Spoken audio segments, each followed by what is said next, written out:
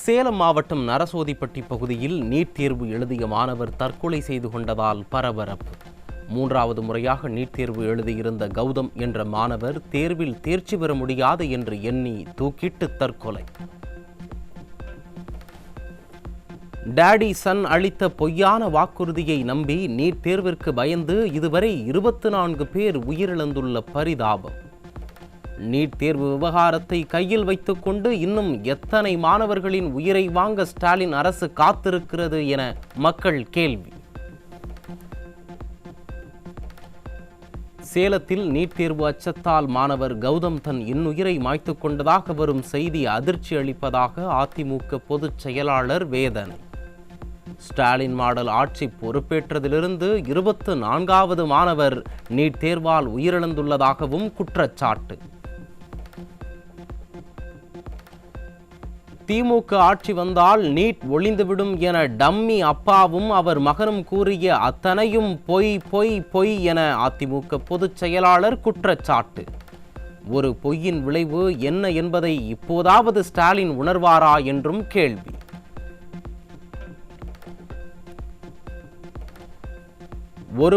ஒரே ஒரு முறை உங்கள் பெற்றோர்களை பற்றி சிந்தித்து பாருங்கள் என மாணவ செல்வங்களுக்கு அதிமுக பொதுச் செயலாளர் வேண்டுகோள். அவர்களுக்கு நீங்கள்தான் உலகமே என்றும் அவர்களை விட்டுச் செல்ல ஒருபோதும் நினைக்காதீர்கள் என்றும் வலியுறுத்தல். அன்று 2Gக்காக அப்பா டெல்லி சென்றார், இன்று டாஸ்மாக் தியாகி தம்பிக்காக டெல்லி செல்கிறாரா ஸ்டாலின் என எதிர்க்கட்சித் தலைவர் எடப்பாடி கே பழனிசாமி கேள்வி. வெள்ளை குடைக்கு வேலை வந்து விட்டதோ, படுத்தே விட்டாரையா, எல்லாம் தம்பி விடுத்தும் பாடு எனவும் விமர்சனம். ஸ்டாலின் அவர்களே, வெட்டியாக எடுக்கும் உங்கள் போட்டோ ஷூட்டை நீட் மாணவர்களுக்காக ஒரு முறை எடுத்து அவர்களிடம் நீங்கள் சொன்ன பொய்க்காக பகிரங்க மன்னிப்பு கேளுங்கள். அதிமுக பொதுச் செயலாளர் எடப்பாடி கே பழனிசாமி வலியுறுத்தல். கும்பகோணத்தில் தனியார் கடையில் பணிபுரியும் பெண் கூட்டு பாலியல் வன்கொடுமை செய்யப்பட்டதை கண்டித்து வரும் 23ஆம் தேதி காலை மாபெரும் கண்டன ஆர்ப்பாட்டம் நடைபெறும். முன்னாள் அமைச்சர் RB உதயகுமார் தலைமையில் நடைபெறும் என அதிமுக பொதுச் செயலாளர் எடப்பாடி கே பழனிசாமி அறிவிப்பு. 2,65,00,000 ரூபாய் மதிப்பீட்டில் முடிக்கப்பட்ட பல்வேறு திட்டங்களை திறந்து வைத்தார் எதிர்க்கட்சித் தலைவர். மக்களின் கோரிக்கையை ஏற்று கெங்கவள்ளி சட்டமன்ற தொகுதி மேம்பாட்டு நிதியிலிருந்து முடிக்கப்பட்ட பல்வேறு திட்டங்களை திறந்து வைத்தார். கல்லூரி மாணவியை பாலியல் வன்கொடுமை செய்த அரக்கோணம் திமுக நிர்வாகி மீது நடவடிக்கை எடுக்காத ஸ்டாலின் மாடல் அரசின் காவல்துறையை கண்டித்து நாளை மாபெரும் கண்டன ஆர்ப்பாட்டம். ராணிப்பேட்டை கிழக்கு மாவட்ட கழகத்தின் சார்பில் முன்னாள் அமைச்சர் வளர்மதி தலைமையில் அரக்கோணம் பேருந்து நிலையம் அருகே ஆர்ப்பாட்டம் நடைபெறும் என அதிமுக பொதுச் செயலாளர் அறிவிப்பு. குற்றவாளியை சுதந்திரமாக சுற்றவிட்டு பாதிக்கப்பட்ட தன்னையே போலீசார் குற்றவாளியாக்க பார்ப்பதாக அரக்கோணம் திமுக நிர்வாகி தெய்வச் செயலால் பாதிக்கப்பட்ட கல்லூரி மாணவி குற்றச்சாட்டு. ஆரம்பத்தில் இருந்த தன்னம்பிக்கை தற்போது தன்னிடம் இல்லை என்றும் தற்கொலை செய்து கொள்கின்ற மனநிலையில் உள்ளதாகவும் மாணவி கண்ணீர் மல்க வேதனை. போலீஸ்காரங்க வீட்டுக்கு வராங்க, ஃபோட்டோ எடுக்கிறாங்க, ஆனால் எந்த ஒரு நடவடிக்கையுமே எடுக்க மாட்டேன்றாங்க. ஏதோ நான் குற்றவாளி மாரி என்ன ட்ரீட் பண்ணிட்டு இருக்காங்க. பெண்களுக்கு நீதி சொல்ல யாருமே கிடையாதா? இதெல்லாம் பார்த்தா ஃபஸ்ட்டு நான் மீடியாவில் பேசின கான்ஃபிடென்ஸ் இல்லாமல் நானே தற்கொலை பண்ணிப்பணும்னு பயமாக இருக்குது. என் வாழ்க்கை கூட போனால் போதும் போட்டோன்னு தான் நான் வீடியோவுக்கு வந்தது. மீடியாவுக்கு இந்த தெய்வ செயல் என்னமோ நல்லவ மாதிரி விட்டு வச்சிருக்காங்க.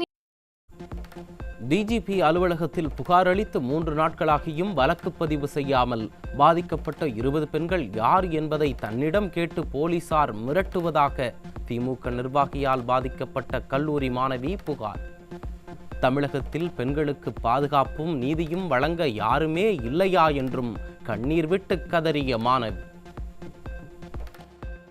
3 நாள் ஆக போகுது. நான் சாட்டர்டே போய் கம்ப்ளைண்ட் கொடுத்துட்டு வந்திருக்கேன். ஆனால் இப்போ வரைக்கும் எந்த ஆக்ஷனும் எடுக்கல. அவன் என்னை ஏமாற்றி தான் கல்யாணம் பண்ண உண்மையா? அந்த ஒரு கொஷினே நீங்கள் வைக்கிறீங்க முன்னாடி. அவன் என்னை ஏமாற்றி இந்த மாதிரி இதெல்லாம் தப்பு பண்ணா, இந்த மாதிரி என்னை சொல்கிறான். நான் தைரியமாக வெளில வந்து சொன்னேன். அவனை விட்டுட்டு நான் சொல்கிறவளையே வந்து அந்த 20 பொண்ணு யார், பேர் சொல்லுங்கள், ஊர் சொல்லுங்கன்னு கேட்குறாங்க. நான் அதுக்கு 20 பொண்ணு போய் தேடி கண்டுபிடிச்சி கையில் எடுத்துன்னு வந்து கொடுக்க முடியும்? பெண்களுக்கு நீதி சொல்ல யாருமே இல்லையா? திமுக ஐடி விங்கைச் சேர்ந்த ராகுல் என்பவரின் சமூக வலைதளத்தில் தனது முகத்தை நேரடியாக காட்டுவதாக திமுக நிர்வாகியால் பாலியல் கொடுமைக்கு ஆளான கல்லூரி மாணவி மனவேதன். திமுக நிர்வாகியான தெய்வ செயலுக்கு எதிரான ஆதாரங்களை காவல்துறையிடம் ஒப்படைத்த நிலையில் அந்த ஆதாரங்கள் எப்படி பொதுவெளியில் கிடைக்கிறது என்று பாதிக்கப்பட்ட பெண் கேள்வி. எனக்கு ஒரே டவுட் தான், போலீஸ் கொடுத்த எவிடன்ஸ் எப்படி அவன் வீடியோவாக போடுறானே தெரியல. இன்னும் அக்யூஸ்டை பிடிக்கவே இல்லை, தெய்வ செயலை பிடிக்கவே இல்லை. இன்னும் எவ்வளோ ஆதாரம் தான் நாங்கள் தர்றதுன்னே தெரியல. அந்த மாதிரி வீடியோவில் எல்லா மீடியாக்காரங்களும் என்னோடய வீடியோவை வந்து ஃபேஸை பிளர் பண்ணி தான் போடுறீங்க. ஆனால் அவன் இப்போது என் ஃபேஸை அப்படியே போடுறாங்க. டிஎம்கே ஐடி விங் ராகுல்னுன்ற ஒரு ஐடியில் என்னோடய ஃபேஸை அப்படியே தான் போடுறாங்க.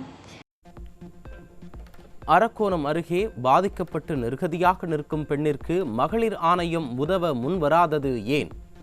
காவல்துறையைப் போலவே தமிழ்நாடு மகளிர் ஆணையம் குற்றம் சாட்டப்பட்டவர் திமுக நிர்வாகி என்பதால் வாய்மூடி மௌனியாக இருக்கிறதா என மக்கள் கேள்வி.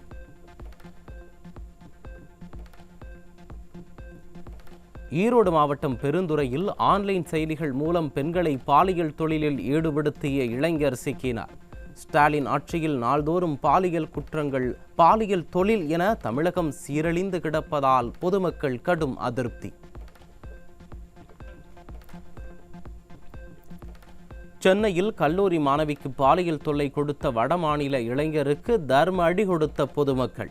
தலைநகர் சென்னையிலேயே பெண்கள் சுதந்திரமாக நடமாட முடியாத அவல நிலை இருப்பது அப்பா என விளம்பரம் செய்யும் ஸ்டாலினுக்கு தெரியுமா என மக்கள் கேள்வி.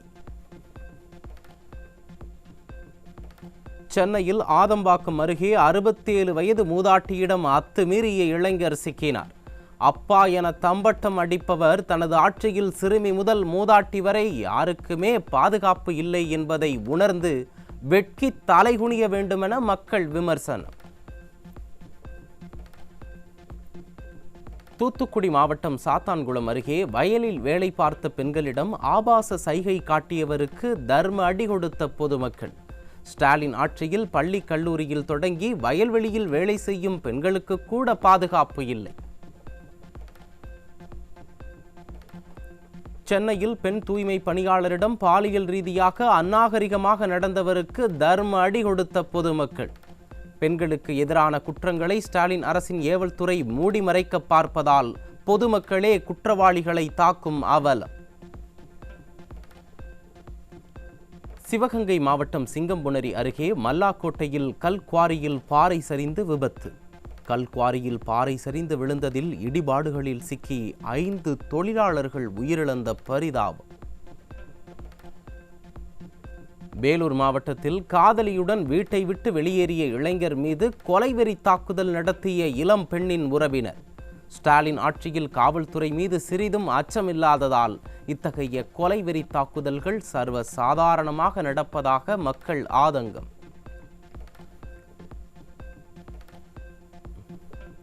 தூத்துக்குடியில் வாங்கிய கடனுக்கு முறையாக தவணை தொகை செலுத்தாமல் வங்கிக்குள் புகுந்து ரகளை செய்த திமுக நிர்வாகி. திமுக ரவுடிகள் அட்டூழியம் செய்ததால் ஸ்டாலின் காவல்துறை எந்த நடவடிக்கையும் எடுப்பதில்லை என்பதால் துணிச்சலுடன் அராஜகம் செய்யும் அவலம். கோவையில் 24 கிலோ தடை செய்யப்பட்ட குட்கா மற்றும் புகையிலை பொருட்கள் சிக்கியது. ஸ்டாலின் அரசு குட்கா புழக்கத்தை கட்டுப்படுத்த முடியாமல் திணறி வருவது மீண்டும் மீண்டும் அம்பலம். காஞ்சிபுரம் மாவட்டம் சுங்குவார்சத்திரம் அருகே கஞ்சா விற்பனை செய்த இளம்பெண் உட்பட 2 பேரிடமிருந்து 1.5 கிலோ கஞ்சா சிக்கியது. ஸ்டாலின் ஆட்சிக்கு வந்ததிலிருந்து கஞ்சா உள்ளிட்ட போதைப் பொருட்களின் புழக்கம் அதிகரித்து தமிழக இளைஞர்களின் எதிர்காலம் சூனியமாகியுள்ளது. சேலம் மாவட்டத்தில் பல்வேறு பகுதிகளில் தமிழக அரசால் தடை செய்யப்பட்டுள்ள குட்கா உள்ளிட்ட போதைப் பொருட்களை விற்பனை செய்த பெண் உட்பட 3 பேர் சிக்கினர். ஸ்டாலின் ஆட்சியில் பட்டி தொட்டி எங்கும் போதைப் பொருள் புழக்கம் அதிகரித்திருப்பதாக மக்கள் வேதனை.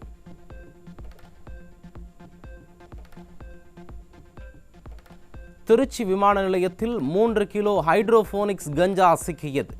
எதிர்க்கட்சி தலைவர் சொல்வதைப் போல ஸ்டாலின் ஆட்சியில் தமிழகம் சர்வதேச போதைப் பொருள் கடத்தல் கும்பலின் கேந்திரமான அவலம்.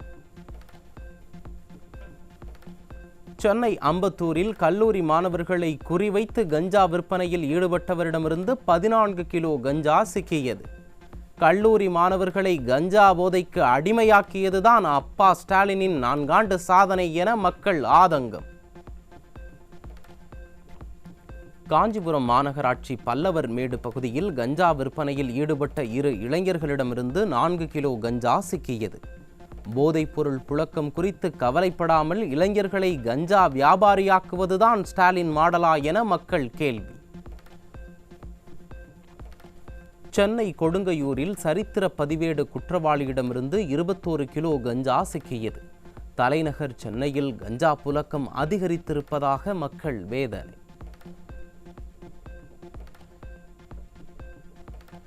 கன்னியாகுமரி மாவட்டம் பத்மநாபபுரம் பகுதியில் பள்ளி கல்லூரி மாணவர்களுக்கு கஞ்சா விற்பனை செய்த பெண் உட்பட 5 பேர் சிக்கினர். பள்ளி மாணவர்களின் கஞ்சா போதைக்கு அடிமையாகி வரும் நிலையில் தன்னைத்தானே அப்பா என விளம்பரம் செய்து கொள்பவருக்கு மனசாட்சியே இல்லையா என மக்கள் கேள்வி. திருவள்ளூர் மாவட்டம் செங்குன்றம் அருகே இளைஞர்களின் வாழ்வை சீரழிக்க கொண்டுவரப்பட்ட 20 கிலோ கஞ்சா சிக்கியது. போதையின் பாதையில் செல்ல வேண்டாம் என சொல்லும் ஸ்டாலின் அரசு போதை வியாபாரிகளுக்கு பாதை வகுத்து கொடுத்திருப்பதாக மக்கள் விமர்சனம். திருநெல்வேலி மாவட்டம் தச்சநல்லூரில் 20 கிலோ குட்கா பொருட்கள் பிடிபட்ட நிலையில் அதை கடத்திய நபர் தப்பியோடிய அவலம். ஸ்டாலின் அரசை போலவே காவல்துறையும் குற்றவாளியை பிடிக்க முடியாமல் திறனற்று இருப்பதாக மக்கள் விமர்சனம். ராணிப்பேட்டை மாவட்டம் அரக்கோணத்தில் மும்பையில் இருந்து போதை மாத்திரைகளை கடத்தி வந்த கும்பல் சிக்கியது. தமிழகத்தில் நாளுக்கு நாள் போதைப் பொருள் புழக்கம் அதிகரிக்கும் அவலம். விழுப்புரம் மாவட்டம் திண்டிவனம் அருகே இளைஞர்களின் வாழ்வை சீரழிக்க காரில் கடத்தி வரப்பட்ட 74 கிலோ கஞ்சாவுடன் 2 சிக்கினர். ஆந்திராவிலிருந்து கஞ்சா கடத்தி வரப்பட்ட நிலையில் மாநில எல்லையில் போலீசார் உறங்கிக் கொண்டிருந்தார்களா என மக்கள் கேள்வி. சென்னை எழும்பூர் ரயில் நிலையத்தில் 30,000 ரூபாய் மதிப்பிலான 65 கிலோ குட்கா பொருட்கள் சிக்கியது. புதுச்சேரிக்கு ரயில் மூலம் குட்கா பொருட்கள் கடத்தப்பட இருந்த நிலையில் தமிழ்நாடு என்ன போதைப் பொருட்களின் கிடங்கா என்று மக்கள் கேள்வி. கோவை மாவட்டம் பொள்ளாச்சி அருகே வீட்டில் தனியாக இருந்த மூதாட்டியிடம் 3 சவரன் செயினை பறித்துச் சென்ற மர்ம நபர்கள். ஸ்டாலின் ஆட்சியில் சிறுமி முதல் மூதாட்டி வரை யாருக்கும் பாதுகாப்பில்லாத சூழல் இருப்பது மீண்டும் மீண்டும் நிரூபணம். டாஸ்மாக் பொது மேலாளர் மற்றும் துணை பொது மேலாளருக்கு விசாரணைக்கு ஆஜராக வேண்டி அமலாக்கத்துறை சம்மன். டெல்லியில் 100 கோடி ஊழலுக்கே மணிஷ் சிசோடியா 530 நாட்கள் சிறையில் இருந்தார். இங்கு நடந்த 1000 கோடி ஊழலுக்கு திமுகவை சேர்ந்த முக்கிய புள்ளிகளுக்கு எத்தனை நாட்கள் சிறையோ என மக்கள் கேள்வி. கோவை மாவட்டம் கிணத்துக்கடவில் காணாமல் போன இளம்பெண் கிணற்றில் பிணமாக மீட்கப்பட்ட அவலம். இளம்பெண் காணாமல் போனது குறித்து புகார் அளித்ததும் காவல்துறை நடவடிக்கை எடுத்திருந்தால் உயிர் பறிபோயிருக்காது என பெற்றோர் ஆதங்கம். திருப்பூர் பல்லடம் அருகே கரைப்புதூரில் சாய ஆலை கழிவுநீர் தொட்டியில் விஷவாயு தாக்கிய சம்பவத்தில் பலி எண்ணிக்கை 3ஆக உயர்வு. மருத்துவமனையில் சிகிச்சை பெற்று வந்த ஹரிகிருஷ்ணன் என்பவர் இன்று காலை சிகிச்சை பலனின்றி உயிரிழந்தார். ராமேஸ்வரத்திலிருந்து மதுரை நோக்கி சென்றபோது சிவகங்கை மாவட்டம் தட்டாங்குளம் அருகே வந்தபோது விபத்து. பேருந்தின் முன்பக்க டயர் திடீரென வெடித்து தனியாக கலன்று ஓடிய நிலையில் நல்வாய்ப்பாக உயிர் தப்பிய பயணிகள். தமிழ்நாட்டின் உயர்கல்வித்துறையில் 7360 கௌரவ விரிவுரையாளர்களுக்கு யுஜிசி பரிந்துரைத்த 50,000 ரூபாய் ஊதிய உயர்வை வழங்க உயர்நீதிமன்றம் உத்தரவிட்டும் நடைமுறைப்படுத்த மனமில்லாத விடியா ஸ்டாலின் அரசு.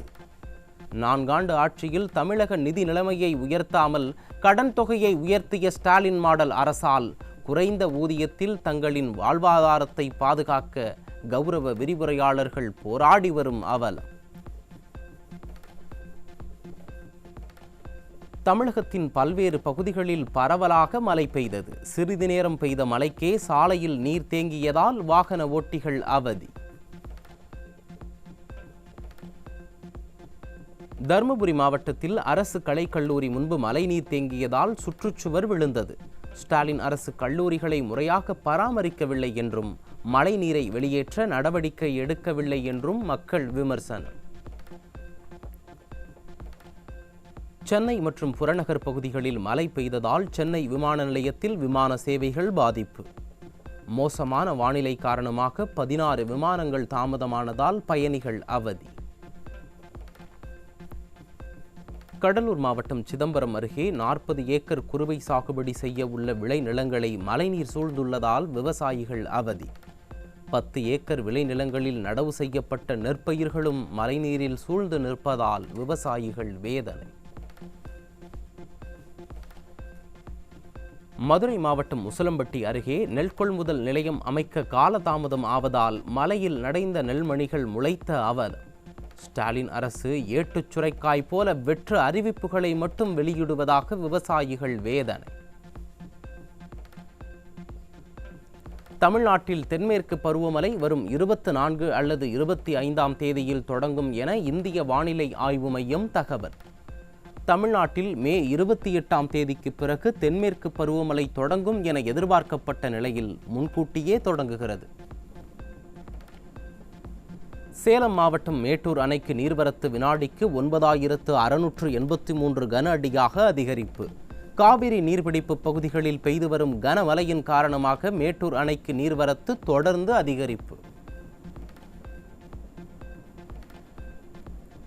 கோவையிலிருந்து கேரளாவிற்கு கடத்த முயன்ற 70 லட்சம் ரூபாய் ரொக்கம் மற்றும் 200 கிராம் தங்கம் பிடிபட்டது. 70 லட்சம் ரூபாயை பிரத்யேகமாக வடிவமைக்கப்பட்ட ஆடையில் கடத்தியதாக 3 பேர் பிடிபட்டனர். நீதித்துறை பணிகளில் சேர குறைந்தபட்சம் 3 ஆண்டுகள் வழக்கறிஞராக பயிற்சி பெற்றிருக்க வேண்டும். உச்சநீதிமன்ற தலைமை நீதிபதி BR கவாய், நீதிபதி அகஸ்டின் ஜார்ஜ் மஜிக் அடங்கிய அமர்வு தீர்ப்பு.